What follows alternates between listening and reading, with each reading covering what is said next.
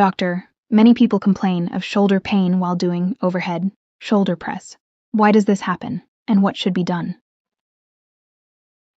And most of the clients shoulder press చేసినప్పుడు shoulder pain complaint చేస్తూ ఉంటారు.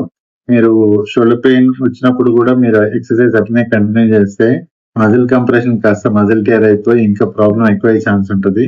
So never ever do that if you get any pain while doing exercise. First of all pain వస్తుందంటే ఇది form గానీ wrong ఉండొచ్చు, లేకపోతే అక్కడ compression కానీ అవుతుండొచ్చు. So try to correct your form. So most of the shoulder press కేసులలో ఏమైతాయంటే మనకి ఈ స్పైన్ చుట్టూ 2 షోల్డర్ బ్లేడ్స్ ఉంటాయి అనమాట. ఈ షోల్డర్ బ్లేడ్స్ అనేది కరెక్ట్ పొజిషన్ ఉన్నంత వరకు షోల్డర్ మూవ్మెంట్ అనేది బాగుంటది. ఎప్పుడైతే ఇది మాల్ పొజిషనింగ్ వెళ్తుందో, అంటే ముందుకు కానీ వెనక్కి కానీ వెళ్తుందో, అప్పుడు జాయింట్ లోపల కంప్రెషన్ అనేది అవుతుంది. అప్పుడు జాయింట్ లోపల కొన్ని మజిల్స్ ఉంటాయి అండ్ ఆ మజిల్స్ మీద ఇట్లా ఇంపీజ్మెంట్ అయ్యి ఇనిషియల్ ఫేజెస్ లో పెయిన్ వస్తుంది.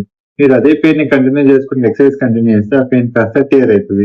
ఆ టేర్ ఇంకొద్దిగా ఎక్కువ టేర్ అయిపోతే సర్జరీకి వెళ్ళాల్సిన అవసరం అవుతుంది.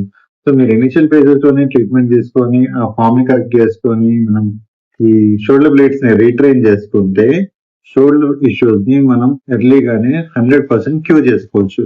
కానీ దీన్ని నెగ్లెక్ట్ చేస్తేనే చాలా ఇష్యూస్ అయ్యే ఛాన్సెస్ ఉంటుంది. So take right decision on right time. Bye. For more such videos, follow Bright Life Physio Point.